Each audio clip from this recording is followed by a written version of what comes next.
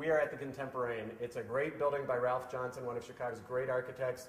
We're in an 11th floor penthouse with Karen Rangist, who is the agent. Karen, we started here. It's raining. We couldn't start outside, so we sort of went right to the surprise. But this is awesome. Tell me about this space. This is, I feel this is one of the most unique spaces, not only in this unit, but in gosh, many of the condos that I've seen over the years in Chicago. I think coming in here and see two-story space and the glass and what you're looking out on, how it's furnished, how it's finished, to what it leads you to. I just feel this is one of those, you walk in the front door and it's like a jaw-dropping wow. It is. It really is a wow. And one of the things I like is, aside from the amazing view with all the glass, is you see the hard texture of this building, the concrete. Ralph Johnson, as I'm probably going to say too many times, is a master. A lot of people have built concrete buildings, but when you see the outside of this one with the concrete and glass working together, you know that he knew how to do it right. And even taking this owner's ability to warm up those textures with the windows, the concrete, and bringing it in here, as we talked about a little earlier, with how the general floor plan lays out to really efficiently use the different spaces. I mean, we go from our big two-story grand living space into this much more intimate, soffitted ceiling kitchen that really speaks to the openness of the space, the relationship to that great wraparound landscape terrace outside. But then your kitchen area becomes such a focal point for gathering, for cooking, for taking advantage of everything in a large room, and then spilling into your formal dining area that also allows additional storage and functionality with that beautiful bar, a buffet bar, right into the dining space. It's true. We came down from the two-story ceiling to the one-story. It feels completely. We're right next door to that room. We're feet away, but it feels like we're in a completely different space. You're right. This is very nicely subdivided, and then having it wrapped by that balcony, which we're not going out on right now because it's raining, but we may get some footage of, is really terrific. Now, this balcony goes around two sides, and I think it goes all the way down to the master bedroom. Master bedroom with a secondary entry and a little covered area that you'll see he has his grill over there because it is a covered space in the outdoor area. What we really ought to do is come back at night and get a shot walking all the way along this balcony, because when a merchandise up and its shoulder pads are lit and everything else on here is glittering and you're sitting up above it, it's got to look pretty cool. The south elevation going all the way through into the master bedroom, like you said, at night it's one of the most interesting times to see this space.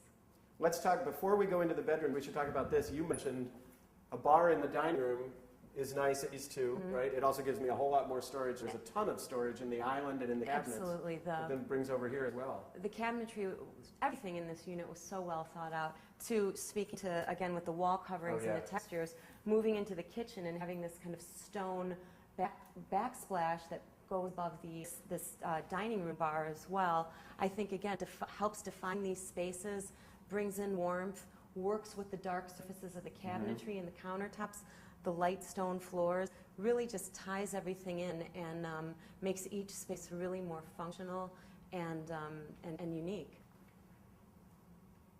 Should we go down to the bedrooms, come down the hall? Sure.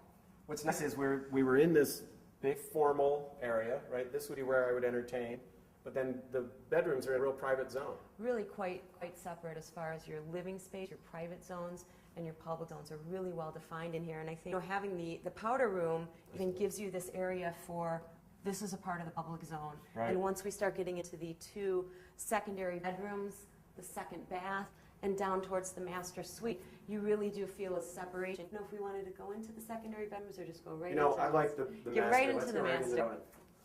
In part because you've got an unbelievable view. I mean, it looks as if you're sleeping right out there in the lights, right? I mean, there are blinds, and I think there are daytime blinds as well, right? Sure. There's draperies and the blinds as well. I don't know why you'd ever close it. I mean, this is amazing.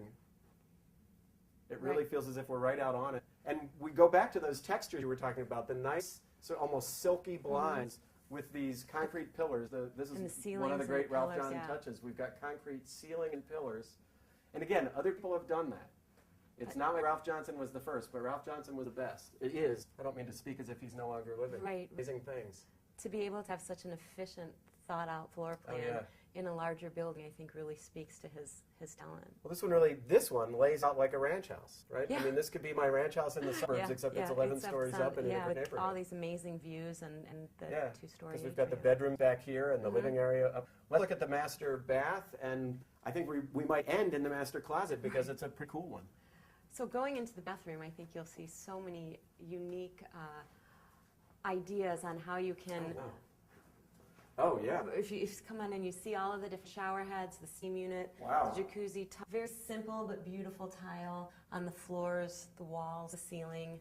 The tub inside shower rather than a bench. This works out well. It's really, it's a wet room. You create a wet room, and having it, the steam unit and everything in here, you create what we would consider a wet room, and then this nice transition to your bath area with the way the tile kind of running bond kind of brings you out from the bath into the main area. It's a nice mix of textures in here with the textured wallpaper and, as you mentioned, the running bond tile, real smooth surfaces with the rough ones. It's these cool. both-op cabinets into the bathroom.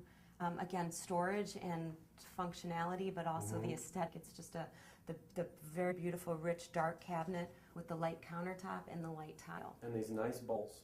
Nice sort of aquamarine. Different, it just adds a little hint, a little punch of color. And then it's rare to end on this. It's end on this, but we got to go to the master closet because the dressing room. The dressing room. Dressing room, I like. Because this is, I mean, I'll tell you, my closet does not look like this. The view down Grand Avenue. On a clear day, it would be amazing. We've got the church on the left and all the mid-rises and high-rises. And of course, light. That almost all closets you walk walk into don't and what a city view. Here we go with the caterpillar of the L wandering by right into our view.